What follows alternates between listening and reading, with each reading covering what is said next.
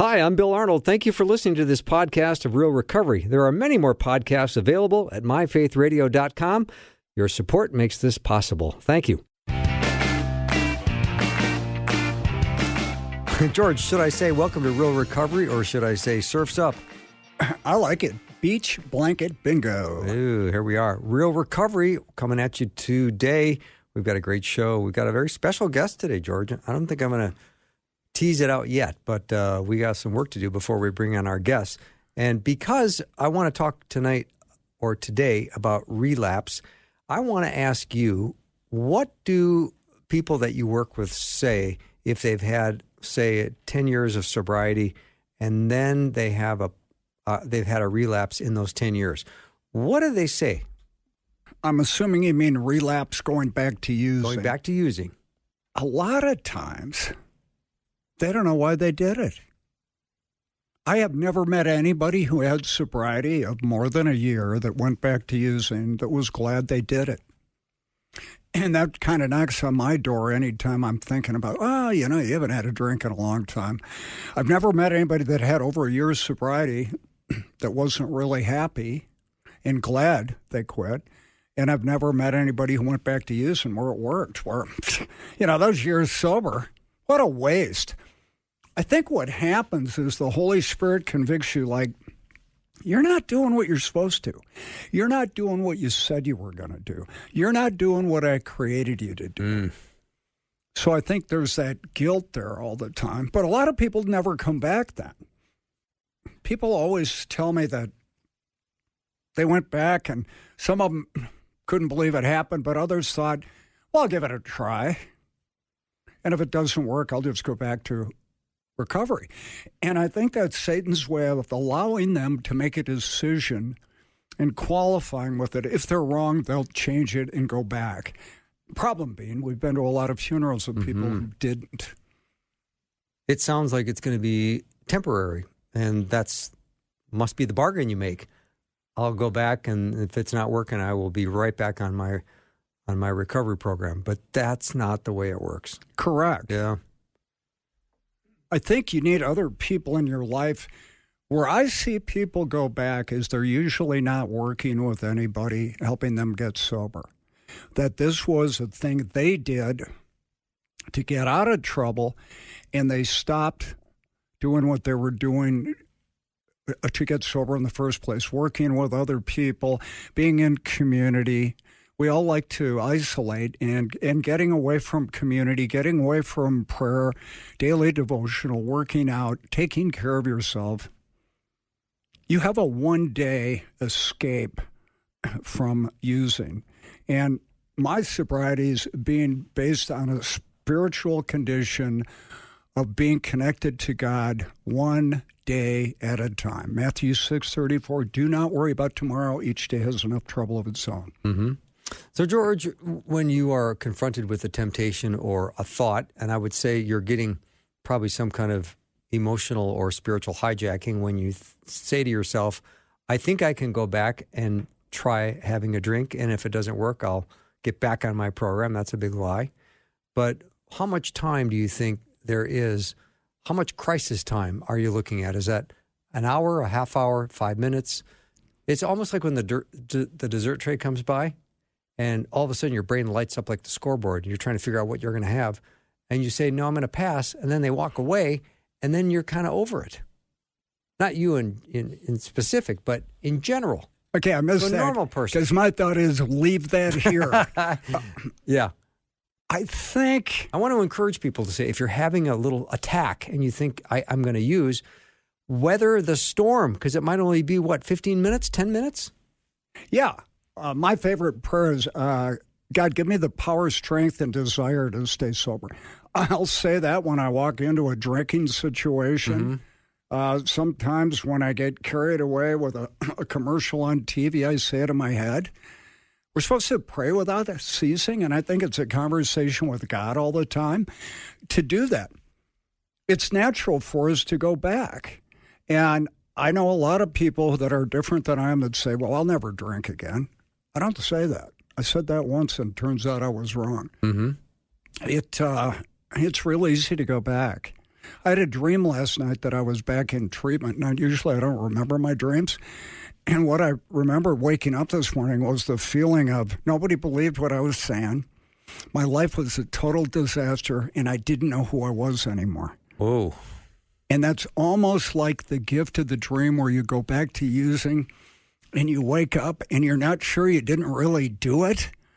And it takes you a couple minutes before you realize, oh my gosh, I didn't. That's a freebie in my book because you get to know how you would feel if you did do it. Yeah. You walked away from those circumstances and they were only in your dream. Correct. That's pretty cool. No, I didn't walk away. No, I mean, you were able to, though, when you woke up this morning and said it was just a dream. Yeah, well, I was back in treatment, and I was like, I remember how awful that time period was. Not to say treatment isn't fun, but it's not Hawaii, you know. Well, what treatment? The third one. Third one, okay. Thank you. Can I throw something at the cage? If you want to, go ahead. The chicken wire's up. You're not going to hit me. Yeah. Interesting thoughts.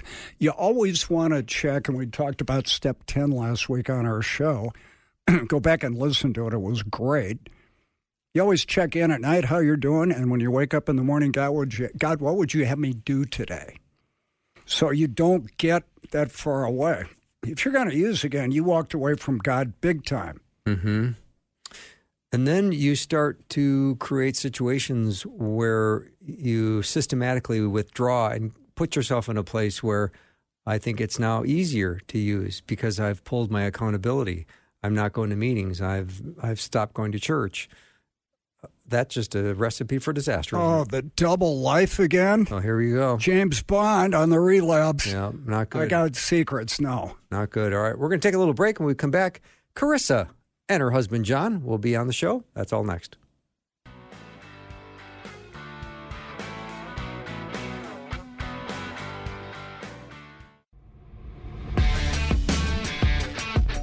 Welcome back to Real Recovery. Bill and George. Ryan's on the board, as always. And George, tonight we have a spectacular story because it's now 10 years ago. We had our guests on the show, and they're back.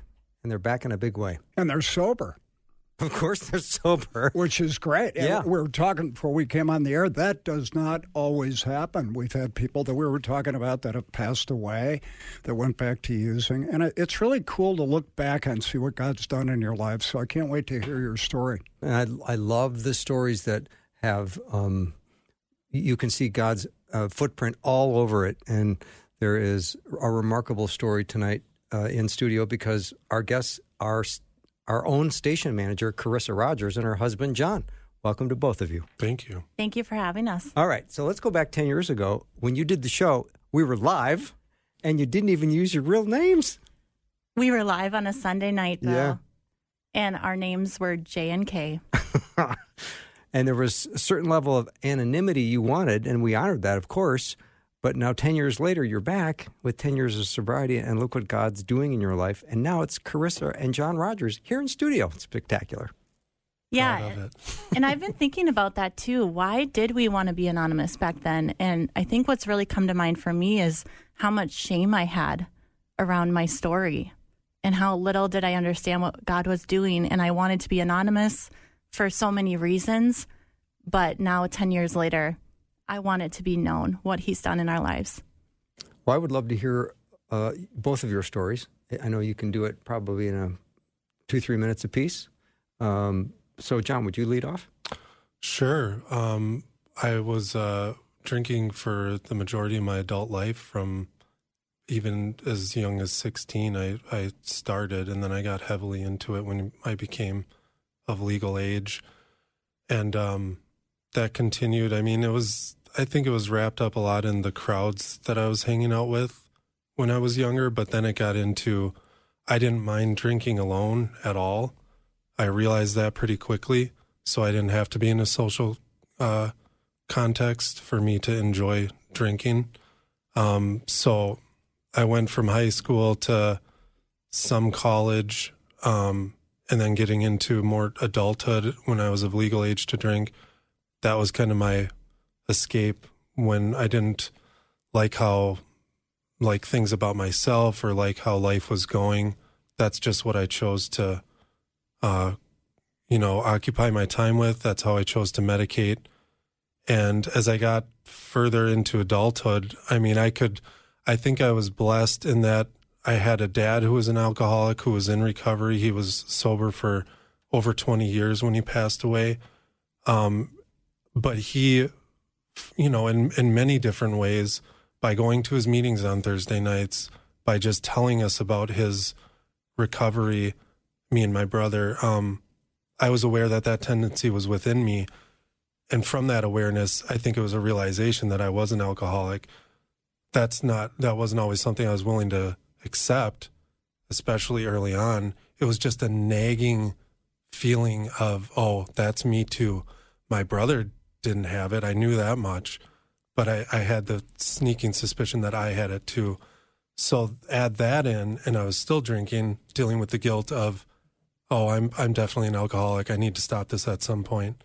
And you just pile on more drinking on top of that to drown out all that stuff. So did that, having your dad be in recovery, being happy about it, talking about, make it okay for you to go, hey, I have the same thing too? Was it easier because he did that? No, because I think my dad found a lot in recovery and he improved a lot. He was a Vietnam War veteran, so he found a lot in getting rid of drinking. But I think there was some stuff that he hadn't resolved yet, or that even couldn't be resolved by that, possibly, just in his life. So he had other things that he was dealing with. He had anger issues, and not anything terrible, but I definitely didn't see him as an example until later.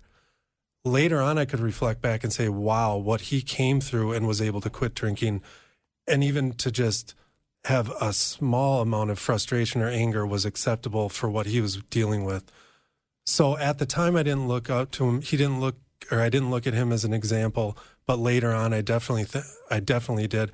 I think for me, my motivation was he did show me that I have alcoholic tendencies, that it's genetic, that it's possible that I got what he has. So I learned that much.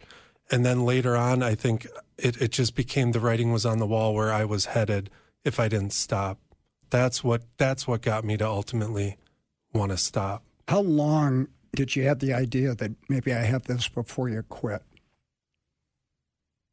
Probably 10 years. I mean, I was drinking at work when I was 17 years old. Good. We don't want to overreact to that. We want to make sure we're right. Did that work for you for a while, though? The first time, we can always talk about when we got the warm feeling and where's this been? And for a while, it seems to work for most people. Yeah. And then it doesn't. Do you remember when that started happening to you?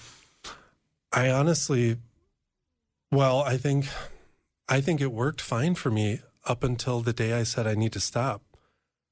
I think I was a functioning alcoholic. And the day that technically the day that I stopped, I had to call a cab to bring me from home to my car, which was parked by my work, in order for me to move my car into a lot so I didn't get towed. And then I was planning to go into work that day. So I was a functioning alcoholic all the way up until I couldn't be anymore. So that morning, for whatever reason, again, I don't know this side of heaven why, but I just got to a point where I need to stop this, and I didn't go into work that day. I enjoyed that night before as much as I could, you know what I mean? Sure. But I had to get a cab home. I didn't remember where my car was until I really had to think about it the next morning. But I enjoyed that night, and so I was enjoying myself, I guess, up until that point. But the nagging feeling of this is not going to last, this is going to turn, the hangovers, all that stuff was accumulating, and that was the weight that was on me. That's stunning to hear. Oh, it really is. John, when you started at 16, were you looking for adventure, or were you trying to sweep something under the rug and reduce some pain and anxiety? I think it was the latter. Okay. Yep, for sure. Okay. Because even the adventure, I didn't really enjoy social settings that much. And if I did go out in them, I wanted to be comfortable, and this is the way that I felt comfortable. But even the fact that I couldn't enjoy social settings felt like I was ashamed of that. So in order to medicate and silence that shame, I drank. Yeah, I drank for many reasons. Do you like the buzz? Oh, yeah. Yep. That was a big part of That it. seems to be a common one. Mm-hmm. I like how I feel. So what would you just drink and watch TV? Oh, man. I would drink and make music. Oh, okay. I did that a lot. But drink, watch movies. I'll caution another thing that I got into in the later years was Adderall. Because Adderall is technically, I think, an amphetamine Correct. of sort. And when I took that, I could drink as long as I want, as much as I want almost, because it, for whatever reason, it allows you to do that. And so also when you're on that, you can concentrate and do things at a high level, you think. And so that would give me this weird sense of I'm drinking, but I also have motivation to do like I would do my friend's homework on that stuff. And so there's just this combination of an amphetamine and alcohol that, you know, when you ask about or talk about the reasons why I was thinking about quitting, I think that was one of them, is because I could see myself going down that road even further as well with that drug and that line of drugs, which I can't even, that's just scary to think about. How long did you take Adderall? I didn't have a reliable source for it. My reliable source was actually my friend. No prescription? Nope. Oh, okay. Nope. So I had a friend who was prescribed it, and so I would I would do his homework with him or for him in order to get that stuff. And I could have found other avenues to get it. And that's what I think the scary part is I wanted to do that and I wanted more of it, but I didn't really have access to it. But that's a scary drug right there. You talked about the hangovers. Mm-hmm. And as we progress in our drinking career, they seem to last longer and get worse. Yep. Reflecting back on that, don't you see that as a blessing from God? Hangovers? Yes. Yes, most definitely. And I also think, being 40 now, if I had to experience one of those today, I might die. I literally might die from what I know that experience to be, and I don't think my body could handle it. It's just, yeah, it's a lot. It's an awareness you get from God of where you are today, what you have, and what could happen. Yep. And I hope you always keep that focus, because that'll keep you and keeps us doing what we need to do. Yep. So that's an interesting story. It's very. I decided to move my car. Don't want to get a DUI. I'd still be out there, I think. But and so I'm going to just quit drinking, Bill, because it's not working for me. We don't hear that very often. No, we don't. I will say I had gotten to a point prior to that, a couple weeks prior to that, where I did let my mom know, I think I have a problem. I knew I had a problem, but I told her I think I have a problem because I wasn't ready to commit to anything. And she and I had talked about Teen Challenge, Minnesota Adult and Teen Challenge, as a possibility, but I was not willing to commit at that point to anything like that. So that seed was already planted, but I was still wanting to not, I wasn't ready to do that. But I got to that point that Wednesday morning when I thought, look at me, I'm getting a cab, I'm going to my car, I'm going to move it, and then I'm going to go into work, and everything's fine, and then I'll probably drink after work. But then I got in my car, and I'm like, look at me, I'm getting my car, I'm going to move it so I can go to work in almost a different light, you know what I mean? I'm like, look at what I'm doing. And that's when I actually didn't I moved my car to a gas station parking lot, and I called Teen Challenge that morning and said, I gotta get in there. That's stunning. That's a great start. John, thank you for that and all the details of your story. Amazing what God's doing in your life. We're going to take a little break. You're listening to Real Recovery with Bill and George. Our special guests are Karisa and John Rogers. We'll be right back.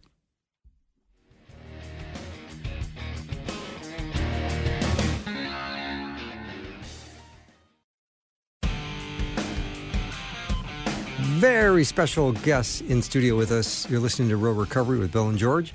We have Karisa and John in studio. And John, right before the break, we were talking about, you said at one point, I wasn't entirely willing. You said I might need help, but you didn't come out and say I do need help. So you weren't entirely willing. What would you say to someone that's in that very same spot tonight? They're not entirely willing. I would tell them to let someone in, at least let someone in on their thought process.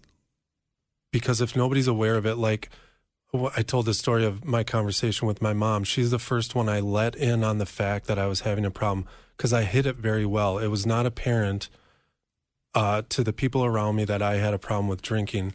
So me letting her in on that issue, letting her know that I was struggling with that, I think then it made it a little bit easier for me to make that decision a couple weeks later to ultimately go into treatment.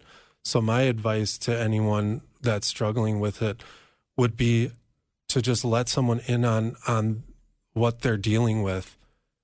So there's that small level of accountability, and that could be the thing that pushes you a little bit further to ultimately make a decision to get help. But I think that was a huge turning point for me, was letting my mom know what was going on, because then we talked about treatment. I was not ready to commit to that. But why would I be? I just let someone know what was going on. That was a huge thing. That alone was a huge thing. So it wouldn't really make sense for me to just up and be ready right away, right there.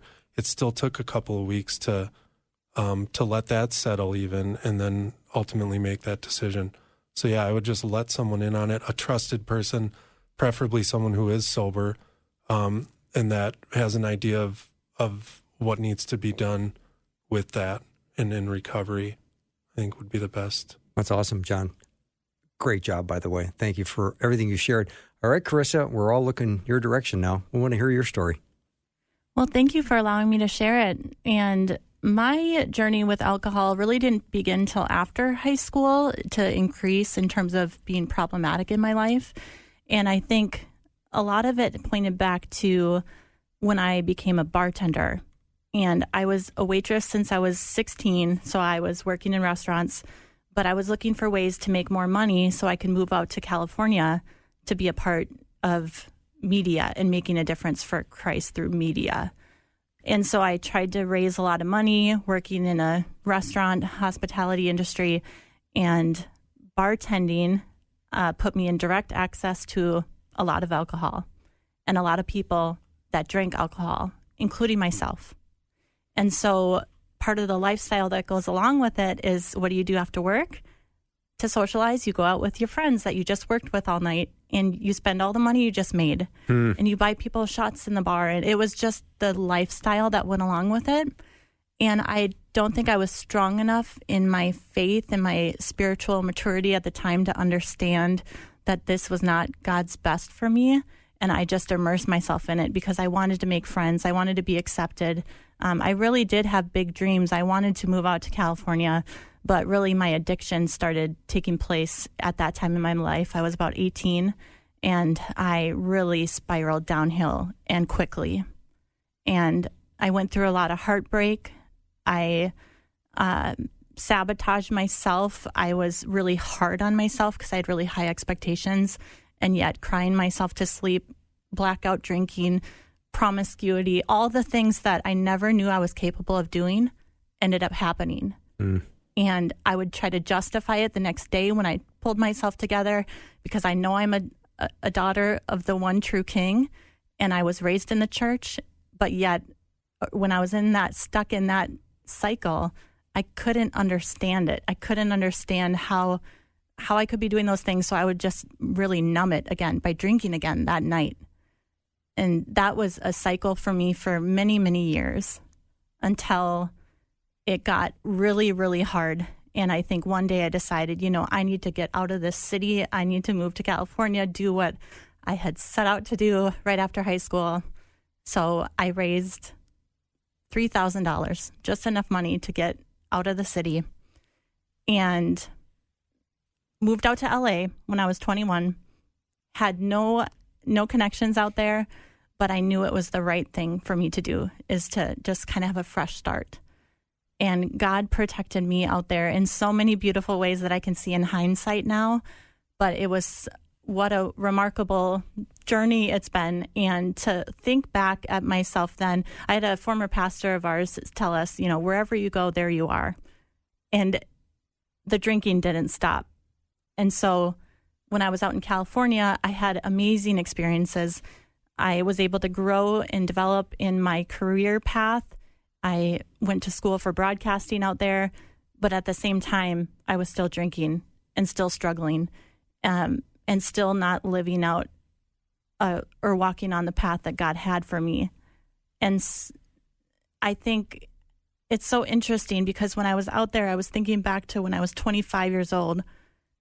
I got a DUI, and it was such an eye-opening experience for me in California because the things that you do if you're 25 or younger out there are very intense. They make you go to a morgue. They have you go to Mothers Against Drunk Driving classes, watch really graphic videos because they want to wake you up from the path of destruction that you're on. Mm-hmm. They want you to see, you're going to kill somebody else or yourself if you continue on this path. So I thank God for that experience, and that happened to me when I lived out in California, because I'll never forget walking through that morgue, and I saw a young girl in this it was like a big cooler, basically, full of deceased bodies, and this young girl had bright orange nail polish on. And I just remember thinking, like, that's somebody's daughter. That's somebody's sister. And that could be me. And what am I doing? And I think, like, it was such a wake-up call. But the crazy thing about drinking is sometimes even that realization doesn't change it for you. And so it's a miracle. Anytime that God frees us from addiction, I think it's a miracle. And I can't explain it, but he did that for me back in 2014. He completely freed me from my desire to drink. And so that's part of my story. I moved out to California. I moved back home after 5 years. And on one random Tuesday, I knew that I'd come to the end of myself and that this was not working anymore. And he completely freed me from it. That's stunning. The fact that it's not working for you anymore, that's just the beginning of really excessive drinking. And that you two had it lifted. I know a couple other people, the Reverend Johnny Hunter, and I had a prophet, Bethel, who was in the Merchant Marine, and he came in with the guys, and there was a evangelist, and they're drunk and laughing, and he went up, and the guy prayed for him, and he never drank again, never smoked again. God does what he wants, Bill. But the hope that he can take that and instantly change it, I never get sick of hearing that. It's so powerful. Karisa, as a radio host, and you being my boss, I'm reluctant to say this, but I'm kind of speechless. Mm-hmm. That was such a powerful story, and told so beautifully with so much heart. Honestly, I'm just taken aback. You should have a different partner on your recovery show. Well, I wouldn't mind. I wouldn't mind. I know how you think. Yeah. It's lasted longer than I thought it would. No, it was really powerful, but God is very powerful. Mm-hmm. And when we hear it expressed in a great way, you have a gift for that, obviously. It's really cool. So thanks, both of you. Well, thank you. And I think one of the things that John shared, and one of the things I agree with, is our surrender was a big part of it. Our finally understanding that we had a problem, we needed help, and we needed to hand it over to Jesus for him to do only what he can do with it, with our addiction. That needed to happen, because I remember the latter years of my addiction, me trying to micromanage it and say, well, what if I just have one glass of wine? I'm not drinking shots like I used to. I'm not blacking out like I used to, but I'm still drinking just a little bit, just micromanaging it. And I think that nagging feeling of Jesus wanting to have every area of our life, and that was one that I was not willing to give up for so long. But when I finally did, that's when I really started living the abundant life that he had planned for me. So you didn't go to a teen challenge? No. I always thought she did. I don't know where I got that. Should have known it 10 years ago. You should do show prep. My whole life show prep.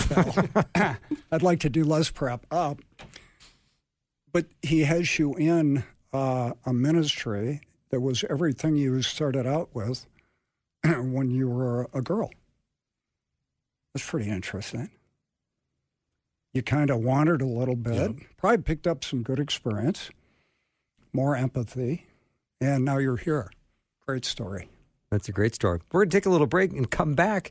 God always has a plan for you when you get free from your addiction and just the way the power of the Holy Spirit broke addictions. For John and Karisa, we're going to hear what God's doing in their lives. I think you kind of know what he's doing in Karisa's life, but we'll come back and hear both of their stories. You're listening to Real Recovery with Bill and George. We'll be right back.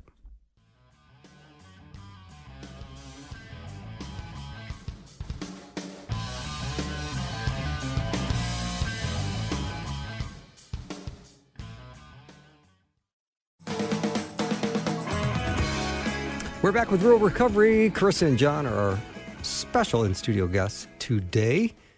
George, first of all, it's a spectacular story, and I'm also curious as to how the two of you met, and I'm curious to hear about that 10-year journey that you guys have been on together. Yeah, I can talk about how we met. So when I got out of Teen Challenge, I got connected to a couple of different places, recovery meetings, and one of them was a recovery meeting that was based out of sober housing.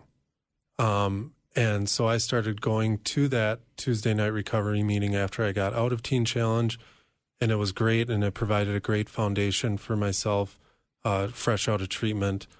And then that community actually spawned a church, and Karisa was invited to the 1-year anniversary of that church by her brother, who actually didn't end up going, but he extended the invite to her and her sister and her mom.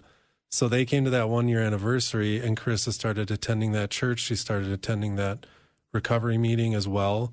And that's where we ended up meeting. It's not exactly how we ended up meeting. I'll let her share that story. The church put together an outreach event in the Twin Cities, and it was an opportunity to go evangelize and street witness, and it was very much out of our comfort zones, very fresh in recovery, both of us. And we were both completely surrendered to Jesus and saying, Lord, help us, help use us however you would like. We are yours. I was not looking for a relationship. In fact, my heart was completely shattered. I was not in a position to date. But God had other plans, and John had been heartbroken too throughout his younger teens years and was ready for a relationship. And God allowed us to meet on the bus for that street witnessing event. And it was beautiful because we were both there for the right reasons, and really serving was a foundation of our relationship. Serving in the church, being put outside of our comfort zones, realizing that God's hand was over both of our lives uniquely, getting us sober before we met, allowing us to have the blessing, the gift of marriage for both of us, to have that built-in accountability was huge for both of us. And God knew that we needed it way before we knew ourselves what we needed in a spouse. How long between the bus ride and love in the air? I know, John, for you, I know it was that night. Yeah.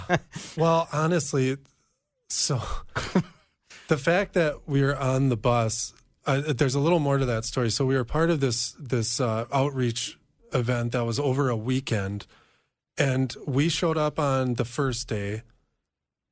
We showed up again the second day to do it again, and this is like prayer in the streets with people and that sort of stuff. So we show up the second day, less people showed up. We showed up, but less people overall showed up. And then the third day, even less, but we were both still there. So I think we that was a good sign right there. But then there was, at some point, I think I offered her a seat on the bus, right? I asked the question of the bus driver, who was leading the missions. I said, well, what happens if you're in somebody's house and you're witnessing to them and they're pouring their heart out to you? What if it's time to go and the bus is leaving? How do you disengage that conversation in a way that's not making that person feel like they're a project? Essentially, that was my question. Yeah. And then John said, well, I'd be willing to stay and drive whoever home if need be. And so anyhow, that's how I think I said, I'll pick you up. Something to that effect. That's a great angle. Yeah. It looks like you're serving. And it's great. You can't teach that, Bill. The great ones have it. That's right. Right. Yeah. But that being the basis of our, I think back a lot about if we would have met at any other time when we were not involved in that community or prior to our decision to stop drinking, it wouldn't have worked out, or it would have been a completely different story and probably not as much of a successful one as far as our relationship goes. So I think God has timing for everything. You know, I always think about our kids. He probably had our kids in mind when he was orchestrating all this. Mm-hmm. And if we would have met, you know, at any other time or had made different decisions revolving our recovery and all this stuff, you know, things would have been affected in the future that he had planned for us and for our kids and all that stuff. So I think the timing and the way things happened, but it also involved not just our surrender to get sober, but then our surrender to do whatever God was asking us after we got sober, which involved street witnessing, oddly enough, but it also involved many other things that we weren't entirely comfortable with. And that's just part of the growth. You know, if you really want to see what God has in store for you when you get sober, ideally you don't just get sober. You seek out why God got you sober and what he has in store for you beyond that, because that's the first step to a whole new life. Yeah, and that's a good point, because right now I look back at my story, I see his hand all over it. I know that he has an important purpose for why I had to go through all that pain, because there was a point when I thought, you know, this is all going to go in vain. I felt really ashamed of the 9 years of my life that I wasted, essentially, or that I felt like it was a big waste. But when I find myself in front of a young girl, ministering to her, helping her to see her worth, helping remind her that her future husband is out there. There's godly men walking around this earth ready to be faithful to you. I think it's just, and even the struggle with alcohol and being honest about that as a Christian in ministry, in my position today, being honest about that I struggled with addiction for many years. It took me a long time in my spiritual growth journey to understand the value of being honest and what God has really done in my life and what he can do in your life, what he's doing now. If you would just surrender to him, he has such amazing plans in store for us, more than we could ever ask or imagine. And our story is living proof of that. Very well said. What comes to mind, Bill, is I'm responsible for the effort, not the outcome. And the effort is to try to follow Jesus the best I can, to be sober, do his will, his plan. He gets her back from L.A. She goes out to L.A. He brings her back. He gets you sober, got your car moved, got you into Teen Challenge. And you look back and you go, this was supposed to happen. That's our lives. They're supposed to happen the way God would. Romans 8:28, all things work together for good for those who love God and walk according to his purpose. You can sure see it in the rearview mirror. Not where you're in right now, you can't. When you're talking to people that are struggling, you know, faith is the assurance of things we hope for, and they don't see it, but they see God do it in other people, and they go, okay, I'm willing to give it a shot here, right? Right. And I think we were just talking last night about this. What I can tell someone certainly is that if you continue drinking, at best, there's a cap, there's a ceiling to how good your life can be. If you know you're struggling, if you know you have a problem, or if it's obvious to other people that you have a problem, you're heading down a path where maybe you do live a long time, but there is a definite ceiling to how good your life can be. But if you address that issue and if you get help, then there is no ceiling. That's the amazing thing. And that's the best way I think that I can convey to someone, where I don't know what the future looks like for you. I know what it did for me, and I can share that story. But for someone that's in it currently, that's the most certain thing I can say is you continue down this road, you're either dead or you're in jail, or at best there's a cap to what your life can be. And I think that's promising. As tough of a message that is, I think it's promising in that the opposite is true. If you do decide to address it, there's no the sky's the limit, you know. I love that. I think we're always honest with people. One of the things I use is, why do you want to die so bad? Right. And I remember somebody who said that to me, and it was like, well, I don't. But I think, don't you, that everybody, if they knew how good it was on the other side, would quit right away. But the enemy blinds you from that. And so you need people to go out.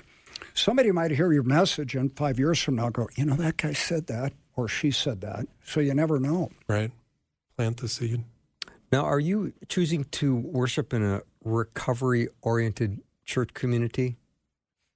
Now? Yes. No. Okay. So but we you made did in a the past, didn't you? Yep. We were involved in that community that we met in all the way up until, 5 years ago. Mm-hmm. And for various reasons, we decided to move on from there to get into a different church. You know, some of that had to do with having 3 kids. Oh, sure. Or it was 2 at the time, but now 3 that we wanted to have a specific type of ministry for. But that kind of gets to the conversation about seasons. And like, I had expectations, or looking back when I was fresh in recovery, I felt a calling towards serving, for instance. And I think that's always a good calling regardless. But like, I think your calling, and there's phases of our lives in general, but also in recovery. And I think right now we're called to serving each other and our children and looking after our family and our jobs. And that wasn't the case back then. When we first met, and for the first several years of our relationship, it was about how can we help other people, because that was instilled in us in that community, which I think is great. I think that's a phenomenal message. What I'm struggling with today is, how do I continue that? Like, there's still part of me that wants to be a part of the recovery community, and I just don't know how to continue that on, like in the season of life that we're in, to maintain that relationship with the recovery community has been difficult for me. So I'm curious what you guys have thoughts on that. What would you like to do if you could?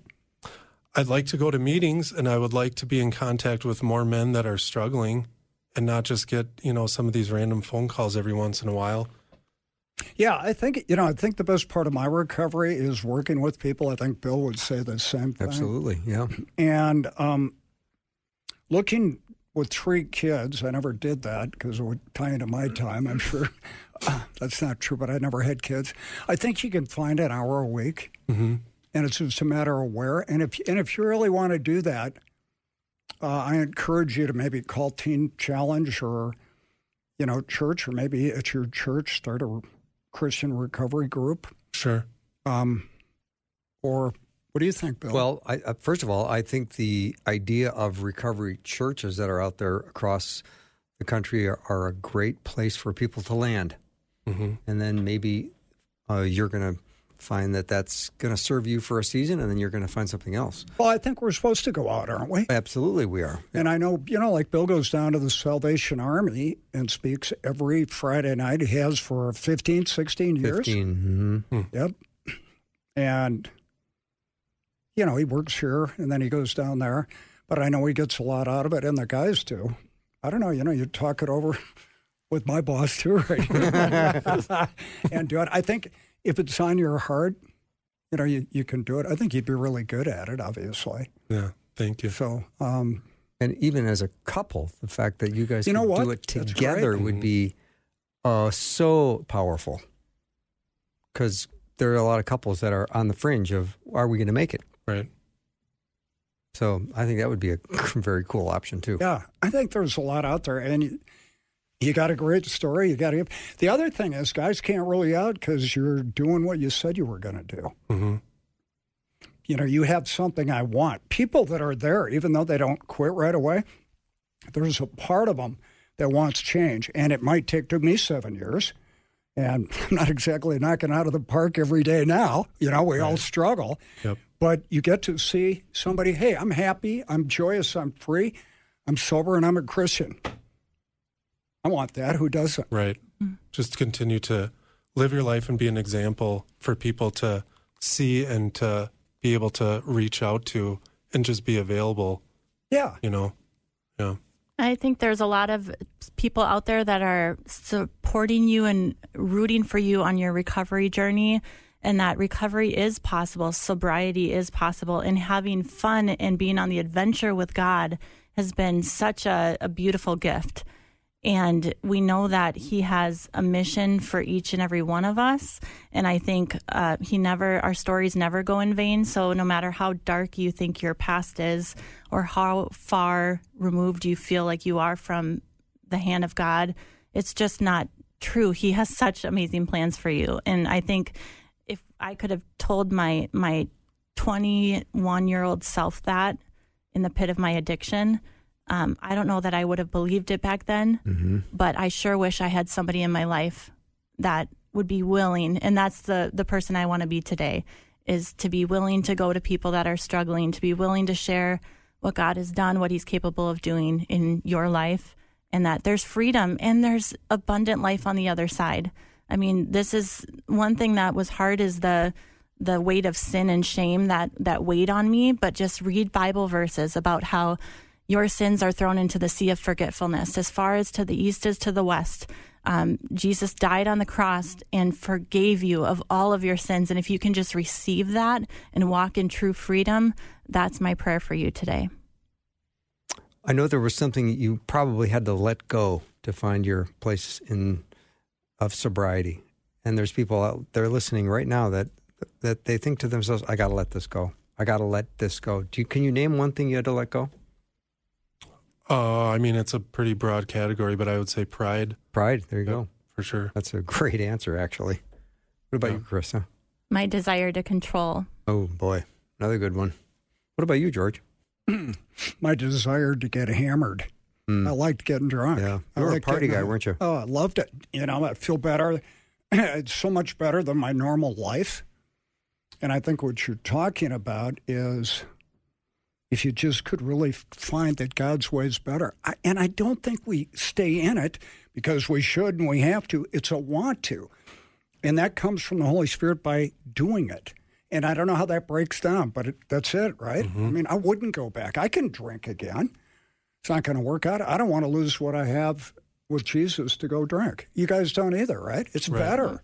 And accountability, too, I think is a big part of it.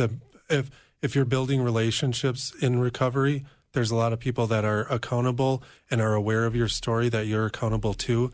The more you build that up, I think there's a level of difficulty to want to go back or to just accept going back. Yeah, you don't want to lose your lifestyle. Yep. I have real friends now, and I'm sure you do, that we really care about each other, whereas before we cared about ourselves. Yeah.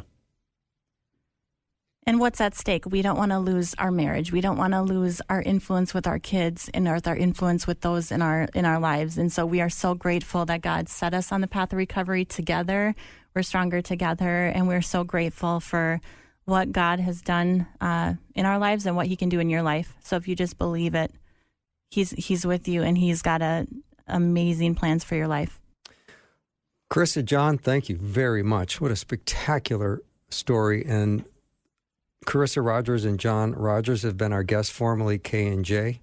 If you heard their interview 10 years ago, they were anonymous K&J, and today they're not anymore. So any parting thoughts, George? No, it was fabulous. Thanks for coming in, and really a nice story. Keep it going. See you in 10 years. All right, sounds good. I might not be here.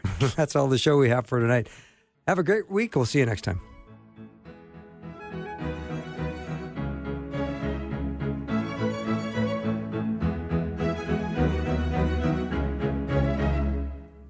Thanks for listening. Programming like this is made available through your support.